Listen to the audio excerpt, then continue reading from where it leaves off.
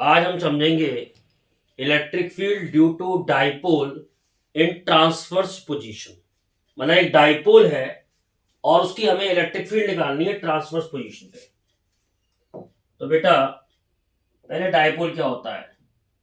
To equal opposite charge separated by small distance dipole होता है।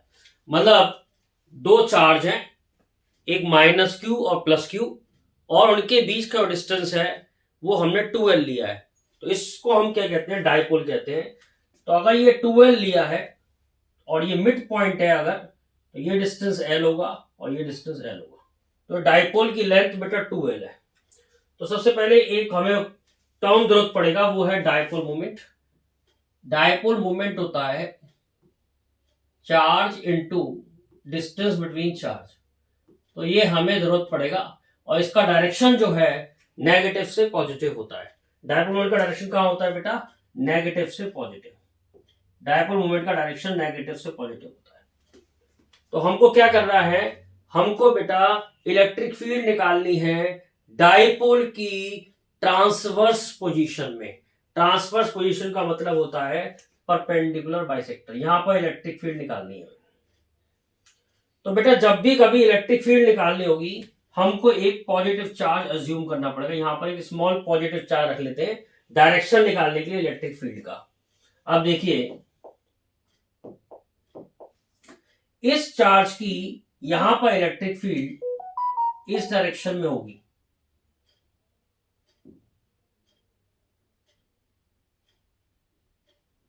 मुझे कैसे पता इस डायरेक्शन में होगी? ये चार्ज इस पॉजिटिव चार्ज को रिपेल करेगा, तो इसकी इलेक्ट्रिक फील्ड इस डायरेक्शन में होगी। इस चार्ज की इलेक्ट्रिक फील्ड इधर होगी, इस चार्ज की इलेक्ट्रिक फील्ड इधर होगी।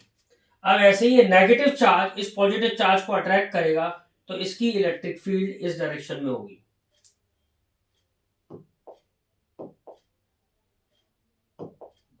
नेगेटिव चार्ज की जो इलेक्ट्रिक फील्ड है उसका डायरेक्शन हमारा ये होगा। तो पॉजिटिव चार्ज की जो इलेक्ट्रिक फील्ड है उसको मैंने कहा E1,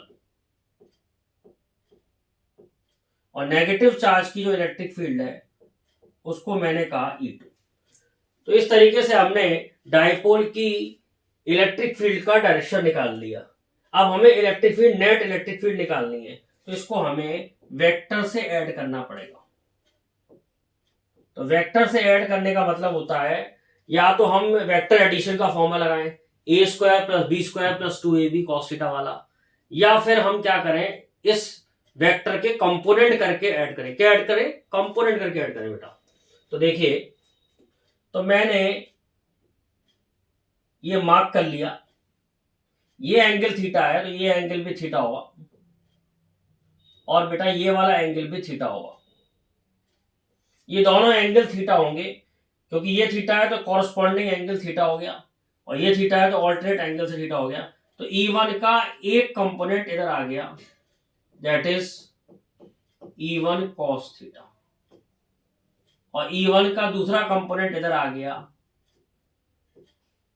E1 sin theta. Angle के पास वाला कंपोनेंट cos होता है और एंगल से दूर वाला कंपोनेंट sin होता है। ऐसे ही हमने E2 के कंपोनेंट कर लिए। तो E2 का इधर कंपोनेंट आ रहा है E2 cos थीटा, और इधर कंपोनेंट आ रहा है E2 का E2 sin थीटा। अब ये डिस्टेंस L है और ये परपेंडिकुलर डिस्टेंस हमने R माना, तो ये जो हाइपोटेन्यूज है ये निकलेगी हमारी R square plus L square. ये L है, ये R है, तो ये कितना आएगा बेटा? R square plus L square का रूट। पाइथागोरस थ्योरम से हमने निकाल लिया। तो E1, किसी चार्ज की इलेक्ट्रिक फील्ड कैसे निकालते हैं? तो E1 हमने इलेक्ट्रिक फील्ड का फॉर्मूला लगाया, 1/4 pi epsilon not Q upon distance का स्क्वायर। इसका यहां से डिस्टेंस कितना है? √r square plus L square, इसका स्क्वायर। तो ये इलेक्ट्रिक फील्ड E1 हो गई। इस तरीके से E1 हो गई। E1 हमने निकाल ली, E1 की वैल्यू इतनी होगी। और Q charge minus Q charge का भी डिस्टेंस इस पॉइंट से सेम है, तो E2 भी इसके बराबर होगी। तो E1 और E2 की वैल्यू बराबर आ रही है, कितनी आ रही है, E1 और E2 की वैल्यू बराबर आ रही है, और आ रही है 1/4πε0 Q/r² प्लस L²। इतना आ रहा है हमारा E1 और E2 की वैल्यू। अब हम देख रहे हैं क्योंकि E1 और E2 बराबर है, तो E1 sin थीटा और E2 sin थीटा भी बराबर होंगे, तो E1 sin थीटा और बेटा E2 sin थीटा भी बराबर होंगे, और कैंसिल कर लेंगे क्योंकि ये अपोजिट डायरेक्शन में है, क्योंकि ये अपोजिट डायरेक्शन में है इसलिए कैंसिल कर लेंगे। तो बेटा कौन सी इलेक्ट्रिक फील्ड ऐड हो रही है, E1 cos थीटा इधर है और E2 cos थीटा भी इधर है, तो ये दो इलेक्ट्रिक फील्ड ऐड हो रही हैं। तो नेट E निकालने के लिए हमको ऐड करना पड़ेगा E1 cos theta plus E2 cos theta. और ध्यान से देखें E1 E2 बराबर है, this can be written as 2E1 cos theta. अब कुछ नहीं करना है, बस आपको वैल्यू रखनी है E1 की, आपको कुछ नहीं करना है, बस cos थीटा की वैल्यू रखनी है और E1 की वैल्यू रखनी है। तो हमारा जो है E1 कितना आया, E1 हमारा ये है 1/4πε0 Q/r² प्लस L²।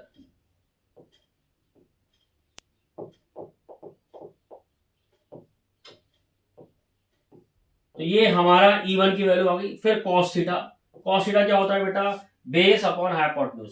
तो बेस है L और हाइपोटेन्यूज है L/√r² प्लस L²। तो इस तरीके से हमने इलेक्ट्रिक फील्ड ट्रांसफर पोजीशन पे निकाली। तो 2QL डायपोल मोमेंट होता है, पहले से ही डिफाइंड है, 2QL डायपोल मोमेंट होता है। तो 1/4πε0 P/r² प्लस L² की पावर 3/2। तो इस तरीके से हमने डायपोल की इलेक्ट्रिक फील्ड निकाली ट्रांसवर्स पोजीशन पे। लेकिन इसमें एक डायपोल की कंडीशन भी होती है, इसमें एक डायपोल की कंडीशन भी होती है। तो ये फॉर्मूला आ गया हमारा,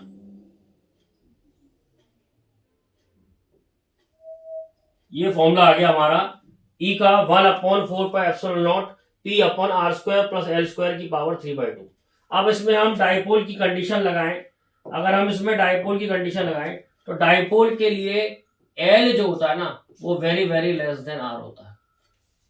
क्या होता है बेटा, L जो है वो very very less than R होता है। L की वैल्यू बहुत छोटी होती है, डायपोल की लेंथ बहुत छोटी होती है, और क्योंकि डायपोल की लेंथ बहुत छोटी होती है तो हम L को निगलेक्ट कर सकते हैं। तो E का फाइनल फॉर्मूला जो बन रहा है वो बन रहा है 1/4πε0 P, L को मैंने निगलेक्ट कर दिया तो अंदर बचा R² की पावर 3/2। सॉल्व करेंगे तो E की जो वैल्यू आ रही है वो आ रही है 1/4πε0 P/r³। तो ये वैल्यू आ रही है ट्रांसवर्स पोजीशन पे। तो ट्रांसवर्स पोजीशन